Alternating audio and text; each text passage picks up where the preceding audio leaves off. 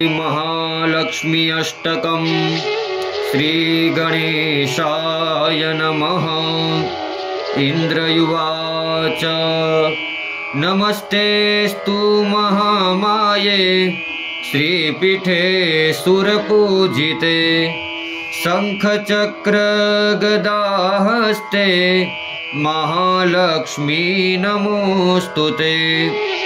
नमस्ते गरुडारूढे कोलासुरभयंकरी सर्वपाप हरे देवी महालक्ष्मी नमोस्तुते।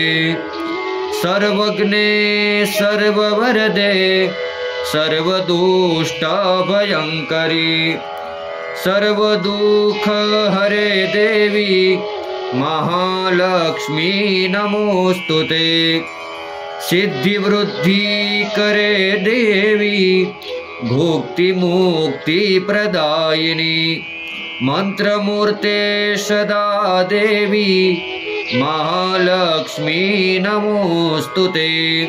आद्यन्तरहिते देवी आद्यशक्ति महेश्वरी योगजे योग संभूते महालक्ष्मी नमोस्तुते।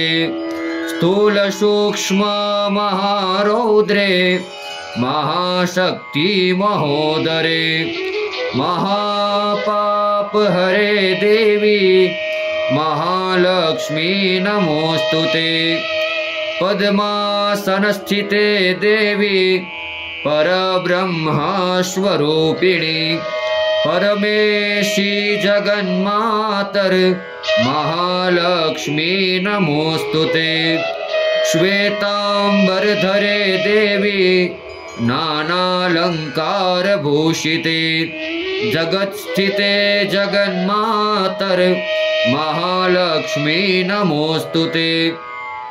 महालक्ष्म्याष्टकं स्तोत्रं यः पठेत् भक्तिमान् नरः सर्वसिद्धिमवाप्नोति राज्यं प्राप्नोति सर्वदा।